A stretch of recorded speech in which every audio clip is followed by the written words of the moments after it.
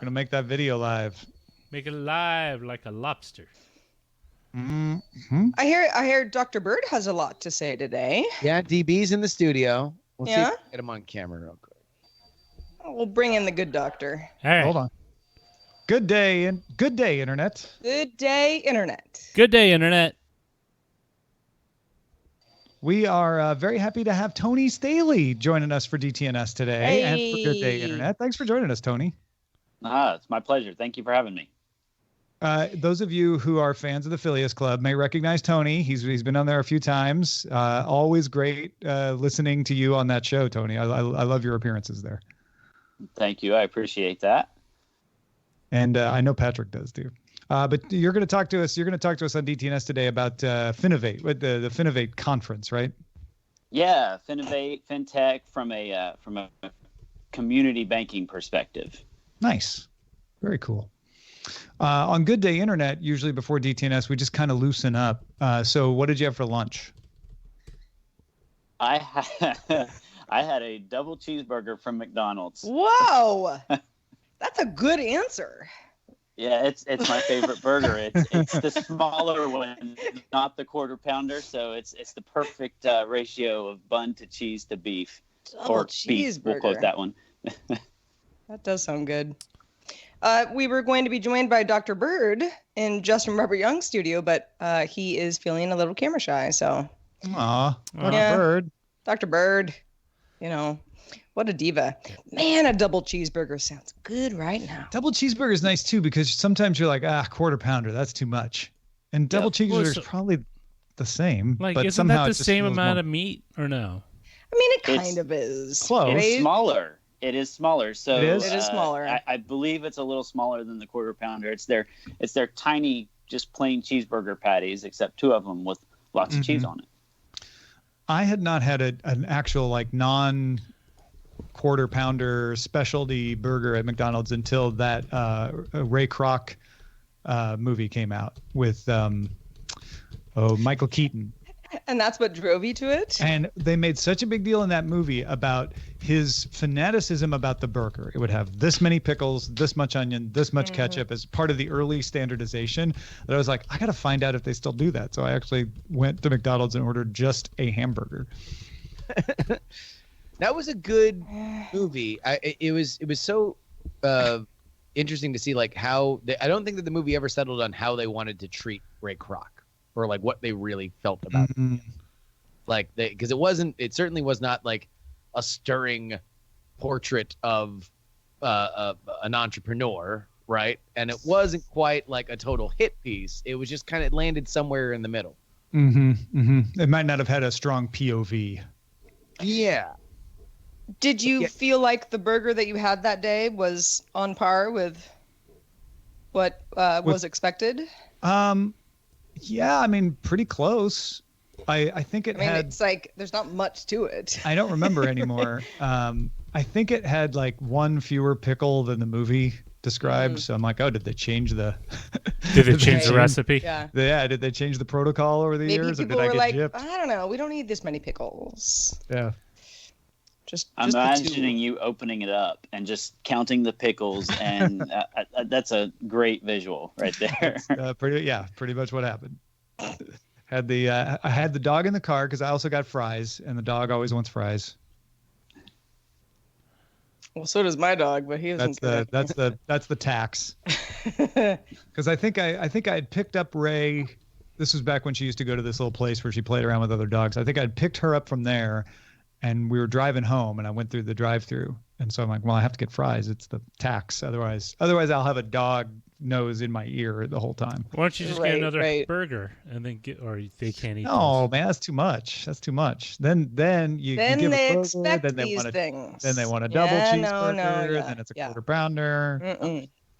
That classic tale: if you give a dog a burger, give a dog a burger, they'll never leave. He'll eat for a day. Then next time they'll ask for a quarter pounder. That's a good point. Give a dog a burger, he'll eat for a day, but teach a dog to make a burger, and you'll eat burgers forever. And you have revolutionized cognitive dream life. For at least 10 to 15 years while the dog's around. Wow. I don't know. Like the only McDonald's burger I liked is is that the quarter pounder, the one they actually use, like the non-frozen beef or whatever? The Angus something or another. Is that a thing? Yeah, they made a big deal about it like last year. I don't know if it's still a thing.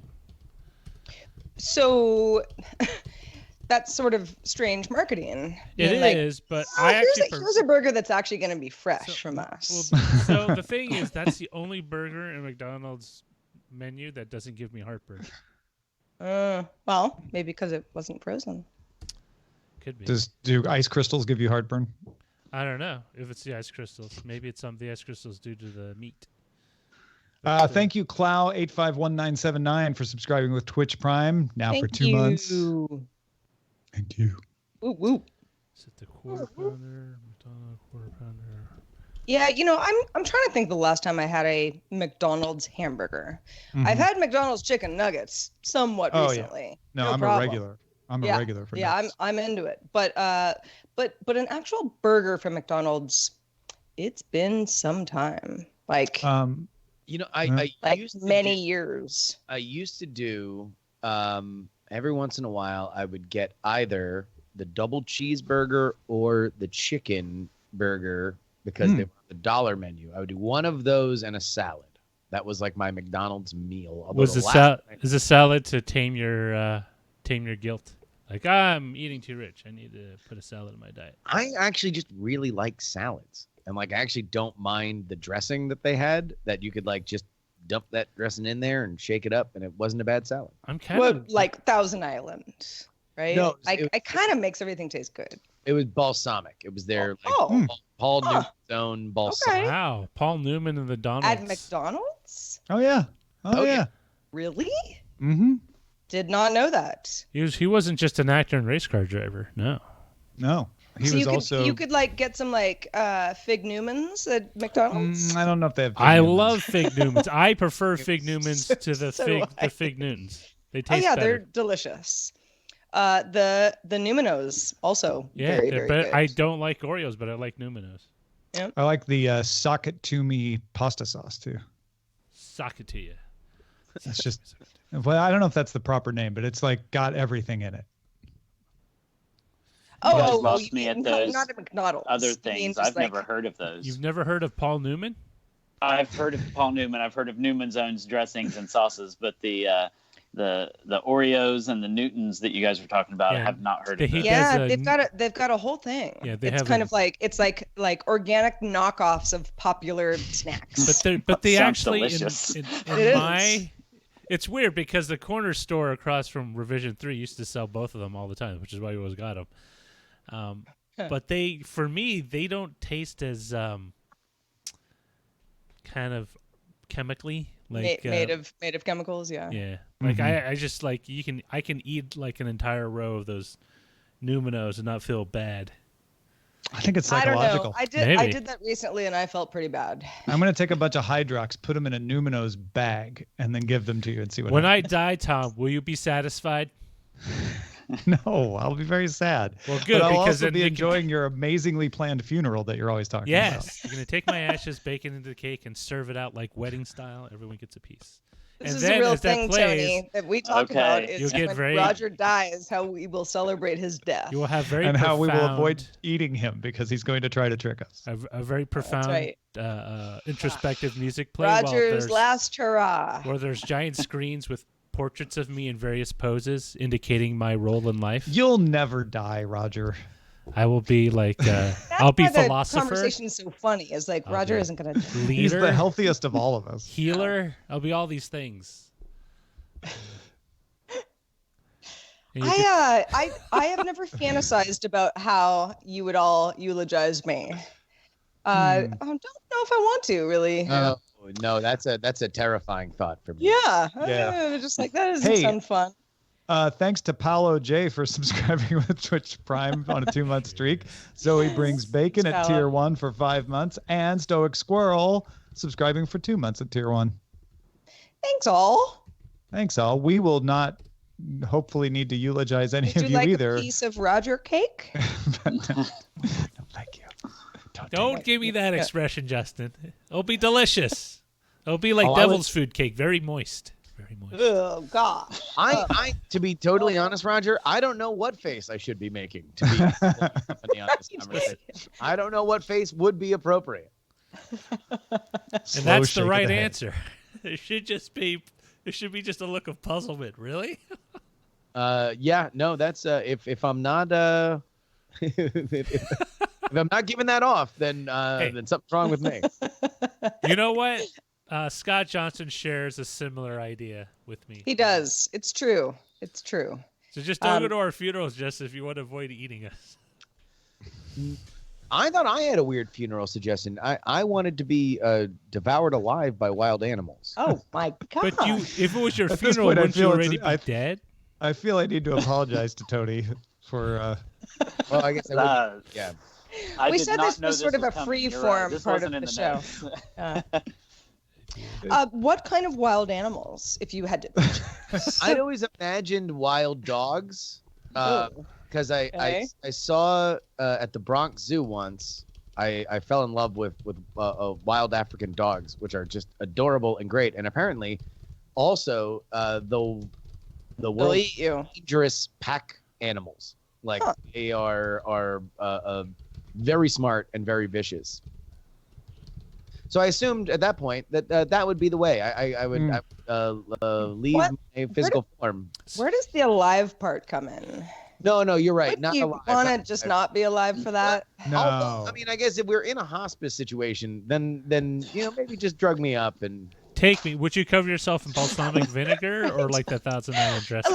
Newman's Great Own? answer. Well, Sarah, what if I'm in hospice? Yeah. I'm halfway out already. I mean, I've seen those brochures before where they're like, we also offer the wild dog. I only imagine hospice as it was portrayed in Soylent Green, when I'll be right back. we're not Charlton Heston, but the guy he was friends with, the older man. He was in like that chamber where, like, as they died, they were showing you all these really beautiful pictures of what Earth used to look like before it became an ecological wasteland.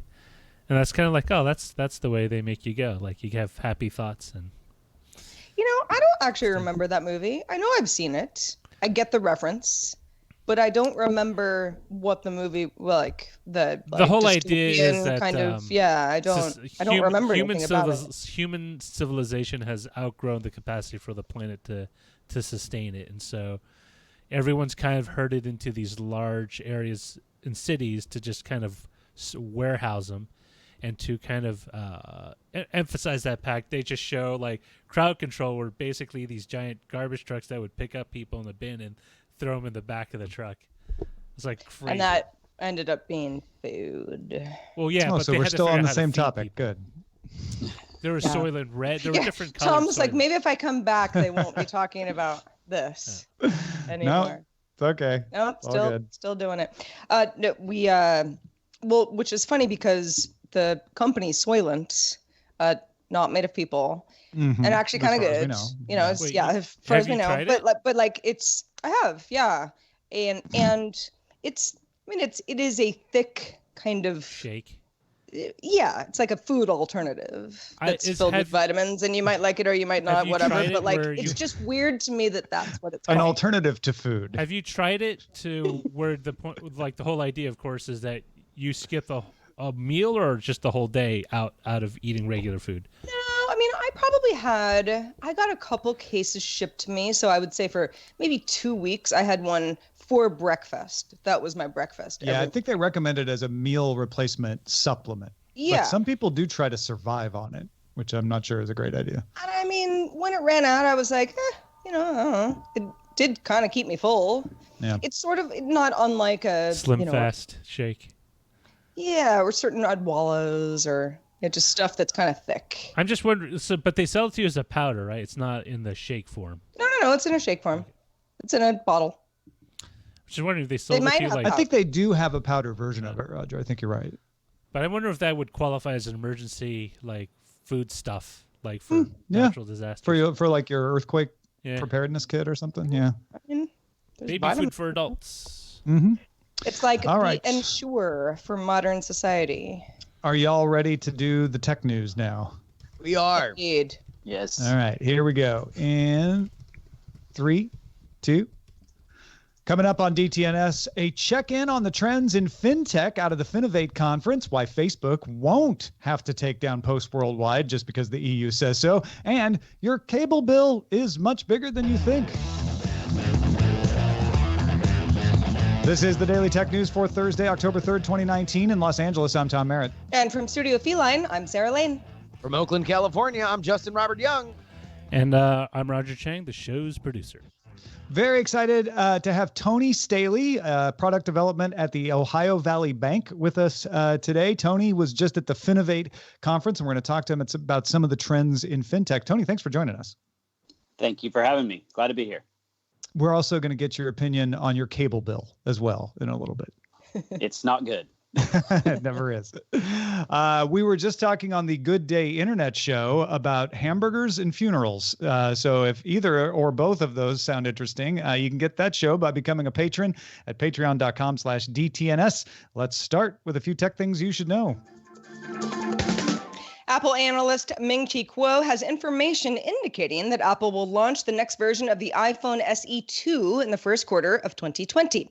The phone will reportedly be more affordable and feature new internals like an A13 processor, 3 gigabytes of RAM. Kuo says the new iPhone SE's hardware specification will look much like the iPhone 8 and predicts that Apple will sell 30 to 40 million units across the year. The developers of the HK Map Live app tweeted that Apple has pulled the app from their app store. HK Map Live pulled reports from Telegram where police were located and where tear gas was being used in Hong Kong. Apple told app creators that it, quote, facilitates, enables, and encourages an activity that is not legal, unquote. The app remains available in the Google Play Store. It's unknown if Apple made this decision internally or if it received any pressure from the Chinese government. Intel and Brown University have begun work on a DARPA-backed project called Intelligent Spine Interface. Over the next couple of years, scientists will capture motor and sensory signals from the spinal cord, and electrodes will be placed at both ends of a spinal injury to create a bypass of the brake. Neural networks will then try to learn how to pass the motor commands through the bypass to restore movement. The system will use external hardware with the intent of eventually developing an implanted system. Now, they don't know if this is going to work or not, but even if the project is not successful, it is expected to discover new information about how spinal cords work, which could be immensely valuable. France plans to use facial recognition and registration for Alessem, which is France's digital ID system that launches in November. The system requires users to take a selfie in an Android app, which is then compared to a passport photo. France says it won't match facial scans with citizens' identity databases. And according to the Interior Ministry, facial recognition data would be deleted after enrollment.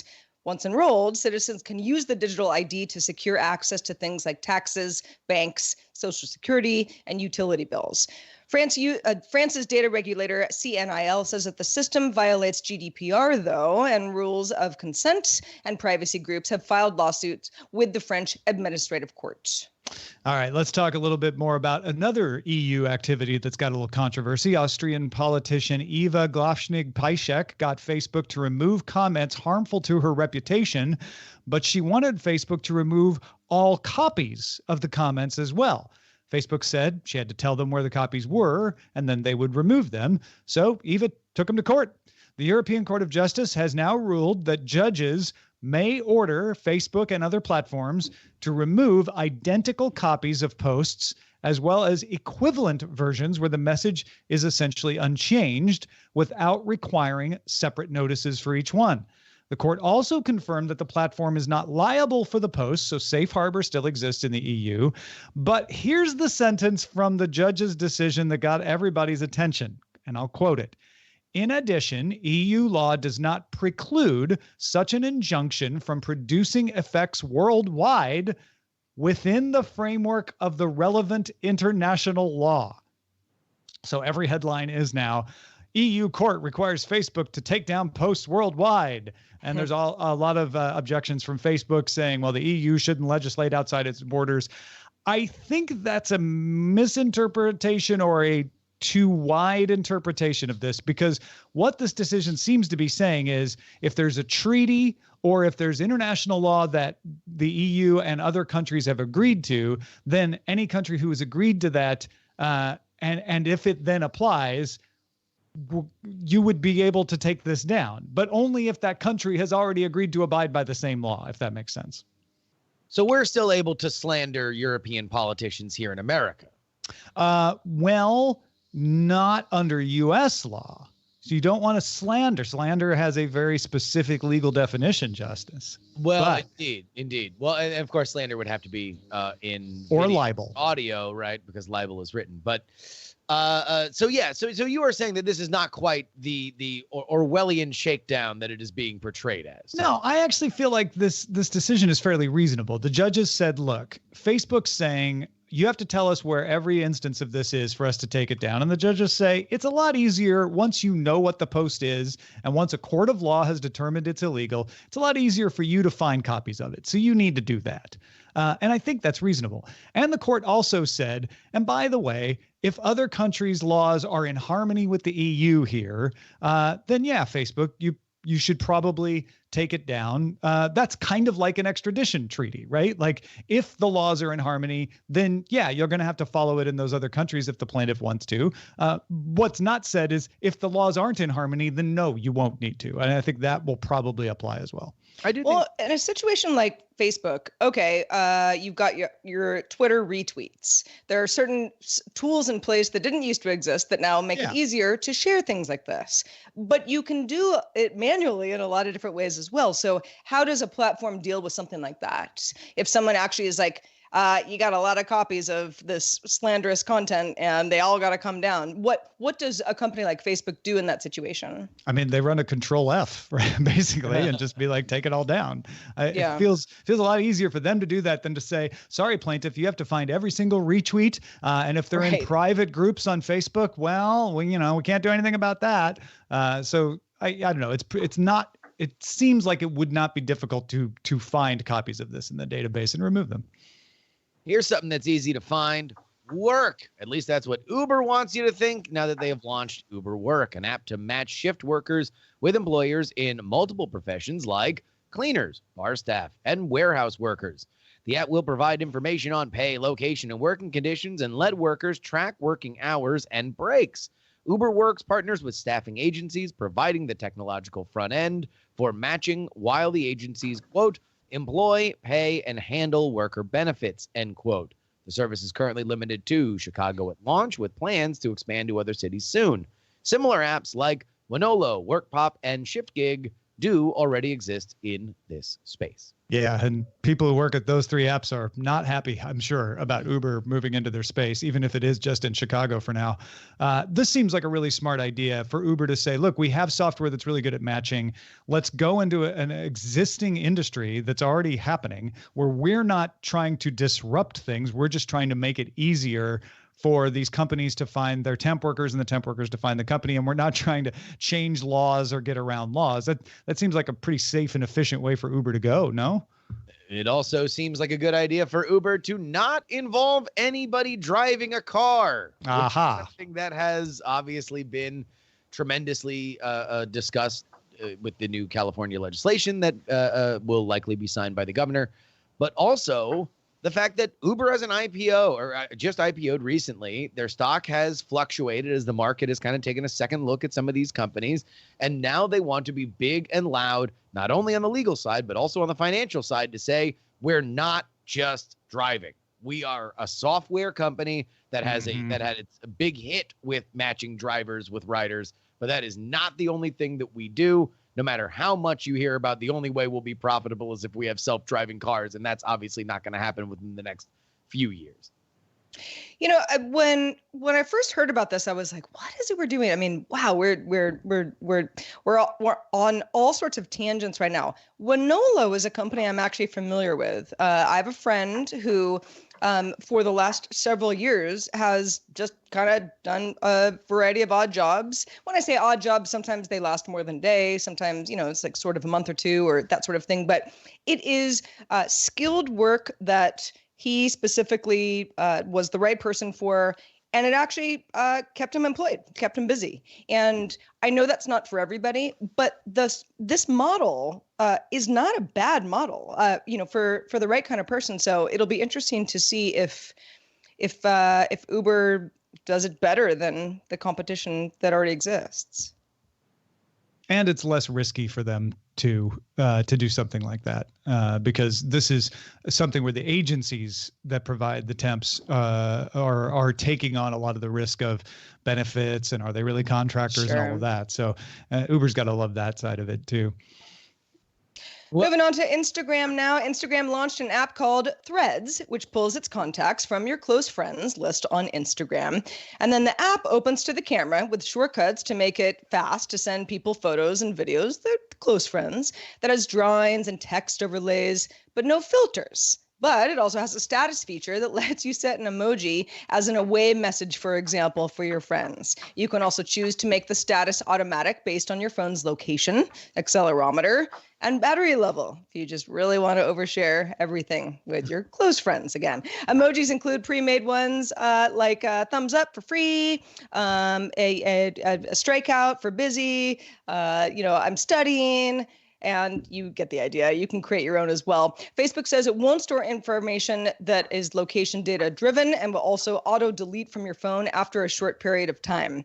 Instagram doesn't plan to monetize Threads at this point. So they say. So they say. Like right now, literally, if you're, hey, Instagram, are you monetizing Threads? No. Yeah, no, we're not doing that right now. Not right now. No. This is just a fun app to share literally everything about where in your house you are based on your accelerometer with your closest 3 friends. Well, and that's the idea is, look, these are cool things for people to be able to say, oh, if I could just have it automatically say, hey, I've got low battery, that's why I'm not responding. Or, my mom wants to know where I'm at. Tell her I'm at the grocery store. This can automatically do that. You wouldn't want this to do it in a place like Instagram, where you might be following people that you don't want to know that stuff. So interesting for them to make a separate app for that. I think it's smart. And I think this is geared toward a younger demographic who have fundamentally different ideas about what their privacy is, or expectations is or should be. They see far more of the upside of being able to let everybody know exactly what they are doing without them having to see it. If anything, I almost feel like we are going to see apps that trail more into this situation, or into these kinds of these kinds of asks to turn stuff on. The only question is, where does the rubber meet the road in terms of how they do monetize it? Because they will eventually do it. Oh, yeah. Not right now, but they will eventually. No, but because these are going to have Instagram stories, and the way Instagram stories is monetized is ads show up in between, and that's going to happen. Tony, I'm curious if you see any use or not for this in your life. Probably not in mine. I didn't even know that Instagram had a close friends function. I have the app. I post on it from time to time, but I'm a little older than their target market, so probably not for me. Well, I think that's part of, we were talking before the show, is like, okay, well, is it weird? It's like, I don't know, these sorts of things it's not so much that I'm like, oh, my privacy, it's going to be violated. It's more of just like, I don't have any friends who care about these metrics. And I think that has a lot to do with the fact that, I watched, my 20 closest friends on Find My Friends and iOS just kind of drop off, because we're just sort of like, we just don't really care that much. It does come in handy sometimes. And I think, for the younger set, then this is, some of these features are great, but, I don't even like it when somebody responds to a text with the thumbs up emoji. Wait, you don't like that? No, because I'm like, I got a notification, but you didn't say anything. No, but it's so easy sometimes. Right? That is a dismissal. No, it's not. It's a baseline communication. I love it so much. It's borderline passive aggressive. This is an etiquette question. That's right. That's right. Yeah. Tony's on my side. No, you're all wrong. Well, Consumer Reports has issued a report called How Cable Companies Use Hidden Fees to Raise Prices and Disguise the True Cost of Service. I wonder what this report is about. Its analysis found that companies add, on average, $37.11 per month in company-imposed fees to the average bill. We're not talking about taxes. We're not talking about regulatory fees. We're talking about things that the company decided to add it as a fee on top of your stated base price. That ends up making the average that a U.S. consumer pays for their cable bill $217.42 a month. Now, some of that includes double and triple plays. Consumer Reports analyzed 787 bills from 12 companies, which included television in almost all of them. 426 of the bills included internet as well, and 282 included phone. Company-imposed fees aren't required. They're just a way to separate the cost so that it looks different. Examples include your broadcast TV fee, or your regional sports fee, or your HD technology fee, your convenience fee. It may also include your rental charges, like your set-top box or your modem. For instance, Frontier charges you a $10 router rental fee, whether you provide your own router or not. They still charge you the fee. Consumer Reports recommends cord cutting in their report, because they say over-the-top providers like PlayStation Vue, YouTube TV, Sling TV don't charge hidden fees. You know how much you're going to pay, and you pay that. However, they do note that if you do cut the cord for television, you're going to still need internet, and these cable companies are moving some of these fees into internet access bills as well. So you may not be able to escape them. I'm so glad that this article is here, because I feel that we are into an era where whiners on the internet want to question the revolution that we have undoubtedly gone through in terms of over-the-top services. There was a viral tweet that happened a few weeks ago adding up all the subscription services and noting that indeed, if you bought all these things, that it would come out to gasp over $100. Yes. And it should, because you get so much for that $110 compared to what you would get with cable. That would have been a $200 cable bill, and that's before you get to these fees. This is an industry that's been coddled and has been soaking us for so long that I am glad it now at least has a viable challenger, and we can point out the fact that they are squeezing harder and harder to make sure that money falls out of us consumers. Well, and Tony, I know you were stating that this is particularly of interest to you because you don't have the kind of internet where you live that can handle streaming, right? Yeah, I can stream a little, but if someone is on Facebook on their phone in my house, Netflix is at a full stop. So I can't cut the cord. I would love to. I want to. We've had the conversation in our family, but we just can't do it because we want to be able to access stuff when we want to watch stuff, and we just can't always rely on that.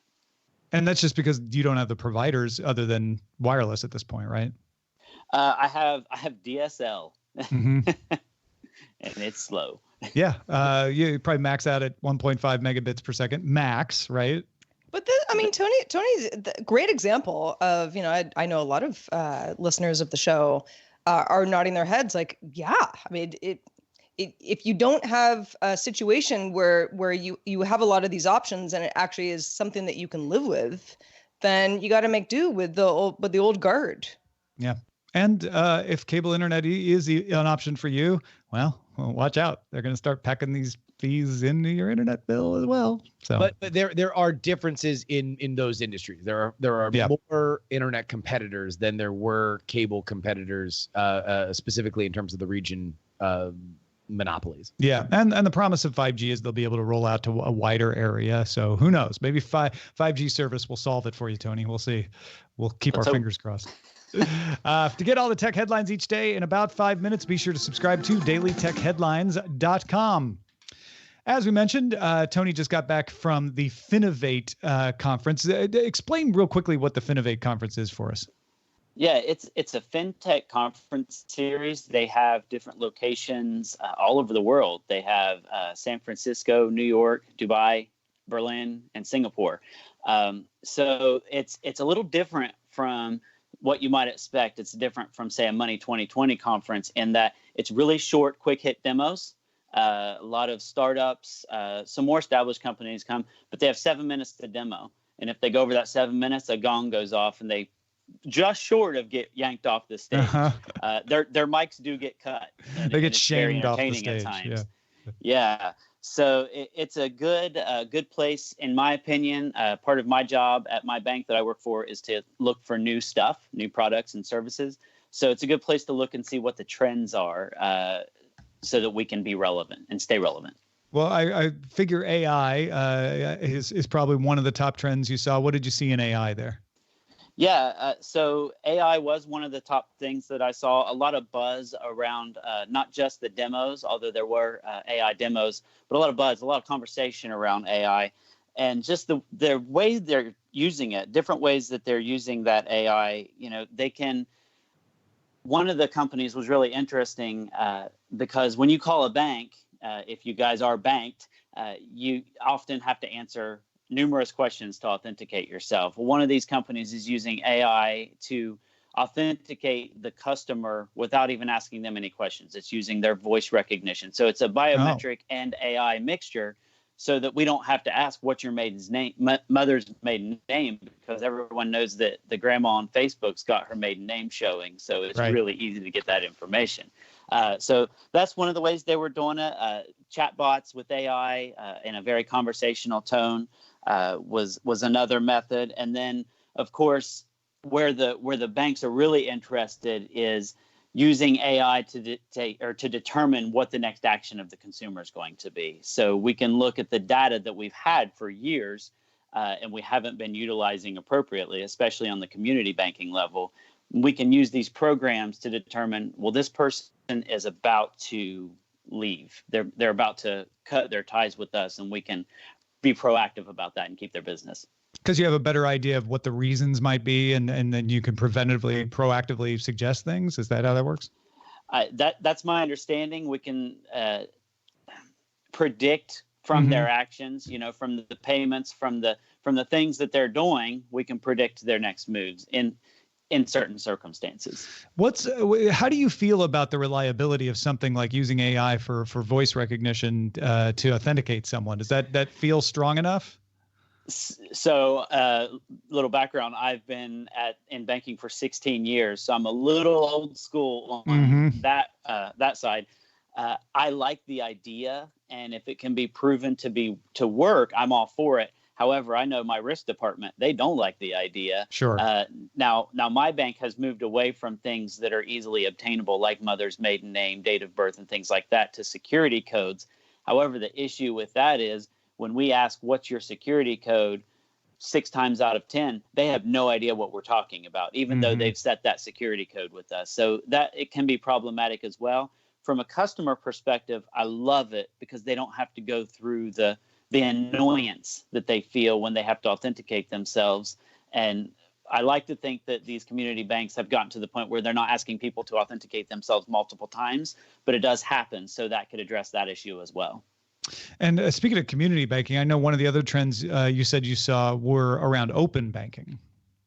Yeah. So one of the things that I feel, especially as a community banker, that we're going to have to really embrace to stay relevant is the idea of open banking, which Europe has kind of paved the way for that. They've got these rules in place. And what that is, for those that may not know, is the ability for these banks and financial institutions to have open APIs so that third parties can interact with their data.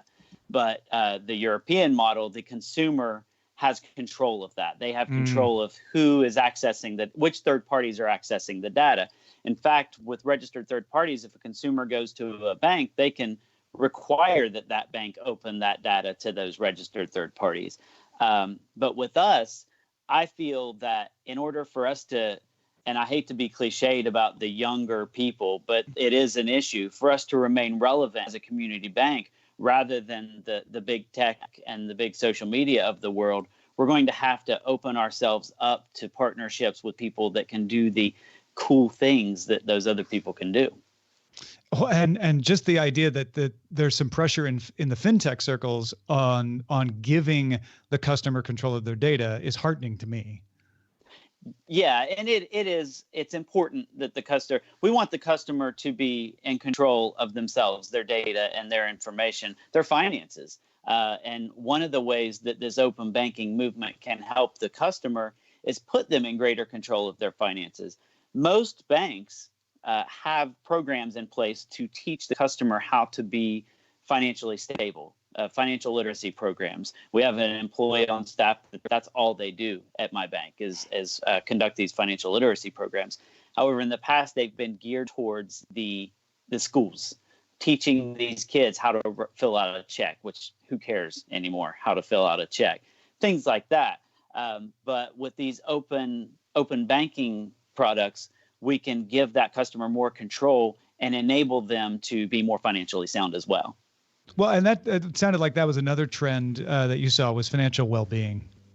Yeah, it was. And one of the things that I noticed about it, because as I just said, in the past, we have focused on millennials and the younger generation. And that's still a thing. We do need to do that. I definitely saw a trend moving towards focusing on the aging because not only is that where the money is, and that's a fact, but they're also becoming more tech savvy. These people are becoming more involved with Facebook and Instagram. So they're getting used to these products. So we need to have products that enable them as well, especially things like retirement planning and things of that nature. We could talk forever about this stuff. There's so many good trends coming out there. I know there was a lot of talk about real-time payments as well. So thank you so much, Tony, for chatting with us about this. I appreciate you giving us these insights.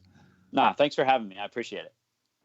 Also, thanks to everybody who participates in our subreddit. You can submit stories and vote on them at dailytechnewsshow.reddit.com. We're also on Facebook. Join our group if you haven't already. Facebook.com/groups/dailytechnewsshow.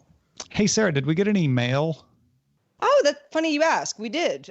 This one comes from Mark, and it says, as a quick addendum to your chat on Google updating to DNS over HTTPS, aka DOH, you mentioned that Mozilla didn't get much heat for doing the same thing. Over here, that's in the UK, the ISPA, which is the ISP Association, nominated Mozilla for their Internet Villain for 2019. Other candidates for the covered award are US President Donald Trump, for causing some uncertainty around a variety of things, and the EU's Article 13 copyright directive for threatening freedom of expression online by requiring content recognition technologies across platforms. Just airing a piece from across the pond. So I think Mark's point is it definitely runs the gamut on villainy. Yeah, I saw that story come across back in July, and I actually emailed Mark about this. And yeah, it was not shocking that the ISP Association wouldn't like this because this protocol, as we mentioned in the story earlier this week, gets in the way of domain name monetization efforts. But even then, even with the ISPA getting angry at Mozilla, didn't seem like a bunch of people jumped on that bandwagon to say, yeah, Mozilla's a villain. Right. Whereas the Congress of the United States sending a letter to Google, that has a whole different tone to it. But well put, Mark. There at least was one sector getting angry at Mozilla, which is good to know. Well, shout out to our patrons at the Master and Grand Master levels. These are new Patreon levels, including Chris, Allen, Brad, and Tim Deputy. We'll be giving shout outs to all the folks in those levels as time goes on. So thank you for supporting us. Absolutely. Also, thanks to Tony Staley. It was such a joy to have you on the show today, providing us some knowledge. Let folks know where they can keep up with the rest of your work. They can find me on Twitter at Tony Staley. I tweet about fintech, basketball, and politics for the most part. You have a lot in common with the rest of us then. Yeah, right. Also, thanks to Justin Robert Young for being with us today. Justin, what's been going on since we saw you last? Well, obviously there is a lot going on in the world of politics. So if you would like to get on my free political newsletter, you can go ahead and check out freepoliticalnewsletter.com. And, of course, my podcast, Politics, which now includes a regular segment where I just read Tom's text that he sends to me about Brexit. Yeah. Texted about Brexit. Yeah. No, it's true. I now know that I will be texting about Brexit once a week, and it will be read on Politics, and it's pretty awesome. So go check it out, folks. We also have new Patreon rewards.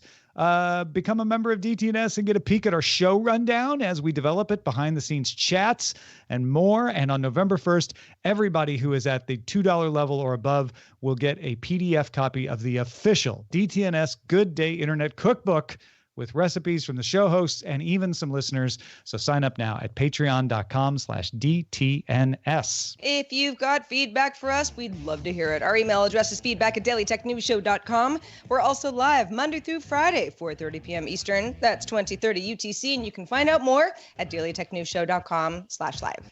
Back tomorrow with Shannon Morse and Len Peralta illustrating the show. Talk to you then. This show is part of the Frog Pants Network. Get more at frogpants.com. Diamond Club hopes you have enjoyed this program. That was fantastic. Wonderful show. Tony, thank you so much. That was great. Tony, you're the best. Oh, thank you. I just didn't want to embarrass myself. So far from it. Yeah. Well. No, that was really good info that we would not have had otherwise, and truly appreciate it, man.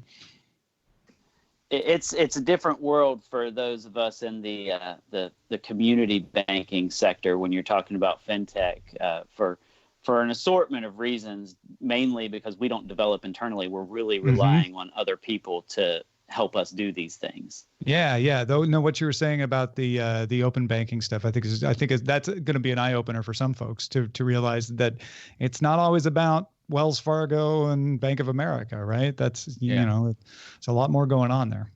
Oh yeah. We got some title suggestions at dtns.showbot.tv that people can submit in the Twitch chat or the Discord during the live show, and we will now reveal who submitted the one we used. If you're watching this later, the 6 million BPS man is up there. Where does the rubber meet the road? Is a convenience fee actually convenient? No, turns out not with your cable bill. It's definitely not. They're fees and they will cost you. The Daily FinTech News Show. That's a good one. My voice is my password. Kind of like my word is my bond, I guess. FinTech and your cable bill. I like Daily FinTech News Show. Yeah, you want to do that one? I don't know. I mean, that legit. felt right. Yeah, it's legit. All right. So which one? Tony will give you final approval. Does that sound good to you? That sounds great. I'm going to use it for my new podcast that I'm never going to do. You totally Yay. should. So- DFNS. Daily FinTech Show to News Show. And Mojam submitted that one. Thank you, Mojam. Thanks, Mojam. For Good Day Internet, we have changing the pickle protocol. Mm-hmm. Give a dog Few pickle ones even. Yeah. One fewer pickle. Give a dog a burger. No fake Newmans. Sorry, Tony. I mean, some of these are literally just things we said. Which is actually things we said. Yeah, like we're waiting for Dr. Bird. Well, we were. You know, he was there briefly. he I showed like us a little bit. changing the pickle Yeah. protocol for some reason. That one caught my eye. That's a good one. Yeah. I'm open. What was the pickle thing? I'm trying to remember. When we were talking about the number of McDonald's having pickles. Oh, perhaps yes. one fewer pickle than before. A pickle sounds great right now. Doesn't it though? actually It sounds really pretty does. I'm not a pickle fan. Mhm. Right. You know, I'm not. There you go. I'm with you, Roger. Oh, No pickles No. I love No. I had 2 pickles for lunch Well, today. 3 out of 5 DTNS Good Day Internet participants prefer pickles. All right. Changing No. the pickle No. for And that's what we're doing. Clearly, sweet pickles. No, thank you. Right. We've had this talk. Yeah, but a dill pickle, and it's not something I'm like waking up craving, but it is delightful. wow. I tend to have a bit of a salty palate, and so Mhm. good dill pickle. Boy, how Mm. Not Justin. You sure Now, have a and how salt- do you do you get weird about how it's sliced? Because I prefer it to be sliced in a certain way. It makes it taste better. I prefer, if I have my druthers, which I do, I order on Amazon Fresh, I will get the halves. But halved long wise, right? Well, yeah. Not yeah. not yeah. However you would go from the top. If a pickle is this shape, you don't have it this way. You slice it down the middle. Not You're cutting it lengthwise and not lengthwise. slicing. Thank you. Yeah. Yes. So that's how I think the pickle tastes the best. Yeah. So you are getting equal measure, the back of the pickle and the inside of the pickle. That's right. A couple of pieces of business here. First of all, Binavien, and please tell me in Discord if I'm pronouncing that wrong, submitted changing the pickle protocol. That was our title for Good Day Internet. Thank and you. then Beatmaster in Twitch chat wants to ask Tony if one of his guitars fits his shirt. Yes, it does. I have a Gretsch black Electromatic. Aha. Good eye, Beatmaster. So there you go, Beatmaster. He says noise. Yeah, he's very I love it. And Benavien says close enough on the pronunciation. Now back to pickle talk. Pickle talk. Is it the pickled nature in general? Like, do you like anything that's right? I like kimchi or Yes. vinegary kind of stuff? I love. Oh, yeah. No, I love kimchi. And going back to our salad conversation, my preferred way to have a salad is just oil and vinegar. Just oil and vinegar, salt and pepper. Yeah, that would be my guess as well. What about the pickle opposed in the audience? Is it all fermented vinegary? I like certain pickled foods. I like some kimchi. I don't like all of it. I just don't like pickles like in sandwiches. I don't or burgers. Why would you want a vinegar taste in your burger? It's just like so I am of the mind that a pickle next to the burger is great. I don't need it to all be in the same place. But why?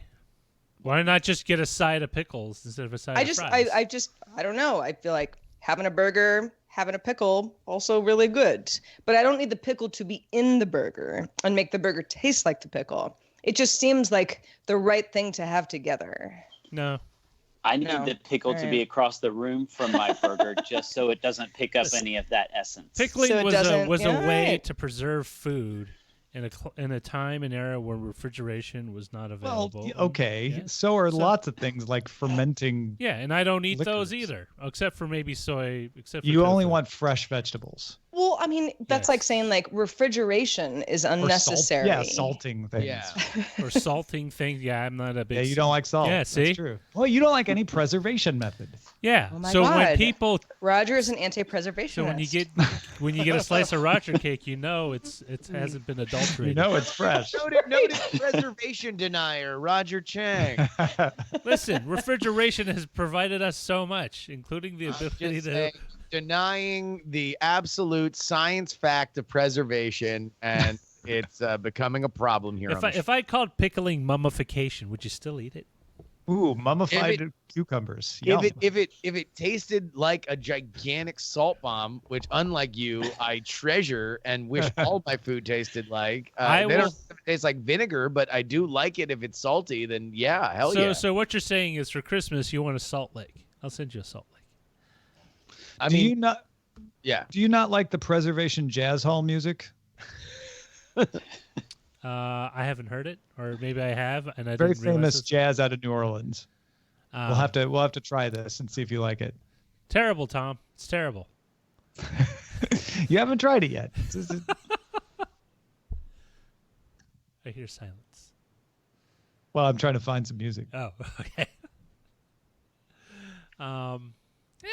Hey, if you like pickles, you like pickles. I don't. Well, Tony, I didn't hear if you said, is it all pickled things or just pickled cucumbers? For the most part, I believe yes. I accidentally ordered some sushi one time with pickled vegetables in it, and it didn't go well for me. So I don't like pickled things. Yeah. Yeah. Well, folks, now you know where we stand on a very important Yeah, issue. it's a dense topic. Turns out Not as dense as a pickle. a pickle isn't just a pickle.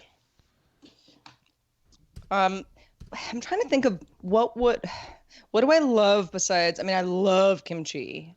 I love pickles. Even just like red wine vinegar on broccoli. That has there's a certain kind of taste that I'm like, yeah, if you don't like it, you don't like it. But Sarah, I do. Do you draw a line? And I almost feel like we've had this conversation before, but do you draw a line with like in foodie restaurants, they'll pickle anything. Is there like a point where you're like, even though I'm into that pickle kind of taste, like okra, okay. I mean, an egg, do we need to? Or like apples, like sweeter fruits, like do you draw a line with some of that? I think I would. I've never heard of a pickled apple. Oh yeah. I don't need that. No, neither do like, I. I'm on the extreme end of this one. Pickled eggs all over it. Yeah, absolutely. I don't know if I would dislike it. I'm not out here being like, hey, I wish more things were pickled. I just like the pickled things that I'm eating.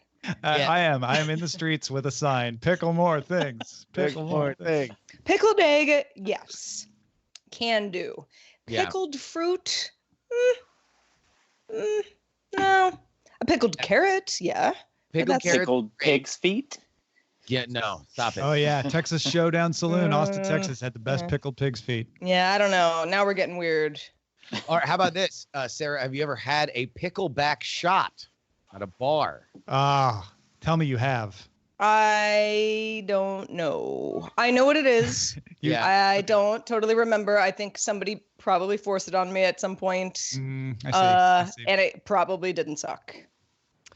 But no, this is not a thing where I'm like, pickleback shots. Let's do it. Oh God, no. I mean, and that's a very specific kind of person, and I feel like, right. Yeah, like who is that person? I feel like I would know within 5 minutes of meeting. If you did like a double blind study and introduced me to like 5 people and said that there is one that is definitely point out the pickleback. 5-minute conversation. I believe very confidently I'd be able to find them out. I don't know what that is. All right, a pickleback shot is a shot of whiskey that is followed by a chaser of pickle brine. So just the juice. Honey, this is something you don't want. You're right. You don't want this. You do not want this. You want no parts of this. But but it's a thing. The thing about a pickleback shot is that it's one of these like science experiment shots where like it basically nullifies the taste of the whiskey when you take the pickle brine. And it actually works way better than like if you take like a shot of tequila and have lime and salt afterwards. It's like, you're still like forcing it down and not having that much fun. The pickleback actually does negate the taste of what you had before. But that's also like, I don't know, doing shots and trying to like pretend you're not doing them because they're so horrible. That's a whole other thing. I'm just not into these science experiment drinks. Like there's a cocktail at the Cosmo, if you're ever in Vegas. They have an awesome little chandelier bar in the center of the casino, and it's great. You should go there. It's fun.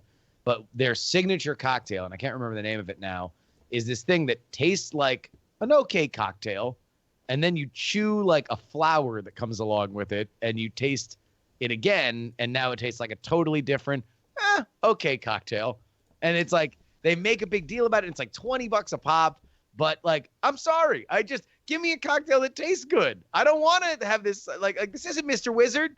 Does the cocktail taste dramatically different after eating the flower? It certainly does taste different. Like, okay, so that's kind of cool. It is, but once you're like, if it were 13, I'd be happier. That's right. Yeah, it's probably the price you dislike the most. I mean, it's just like, what kind of flower?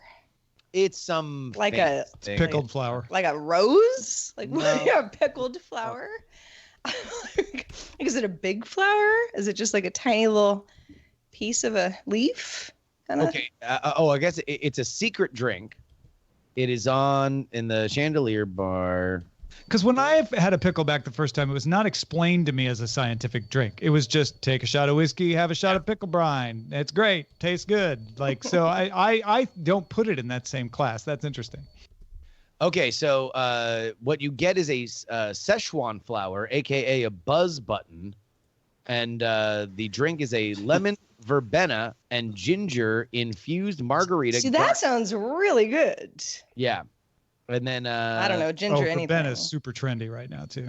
So the citrusy concoction with a delicate ginger fizz is followed by a second part for tasting the cocktail. You are instructed to chew the Szechuan flower for at least 20 seconds. As you chew and roll the flower over your tongue before swallowing it, your taste buds begin to pulsate and buzz. Your salivary glands are kicked into overdrive, and it's almost the sensation of electric waves rippling. Jesus, Pace Magazine. Wow. To writer school. Also, like, besides the fact that you pay $30 for this drink, like, what bartender is like, okay, let me make sure you're doing this right? Like, they don't care.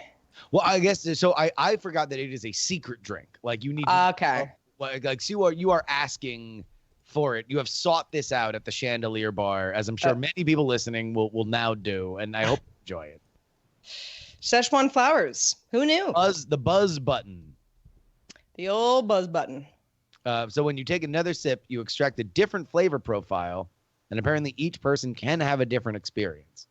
Some find the drink smoother and creamier. Others say it tastes salty, and that the tequila is suddenly more pronounced. This is not on any menu.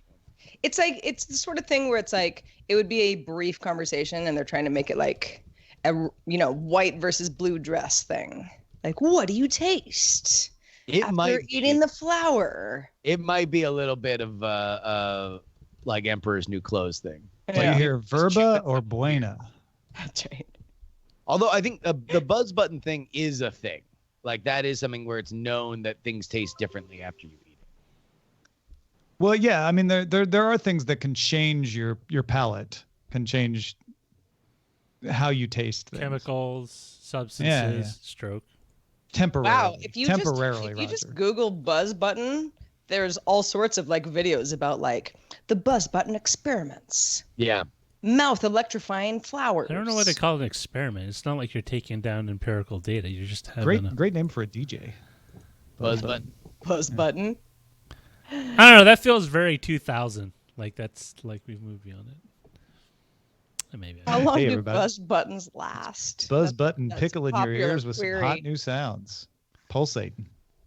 Although now apparently I found this list of secret drinks in Vegas, and now I kind of want to. What is it? Just do a little secret drink crawl. Is it because they're only available at certain bars, or because they're just a secret set of? I think you need to ask for them like by name. So they are at certain bars, but they're off the menu. You have to like they're the like animal style or it's like in and out that. Yeah. Well, folks, I think we're gonna wrap it up there. Thank you again, Tony, for joining us, man. Hey, thanks for having me. I really do appreciate it. It was fun. Thank you, everyone. Super fun. Come back again. And thank you, everyone, for watching or listening. And please, please, please, we mean this. Have a good day. Good day, Internet. Have a good day. Internet.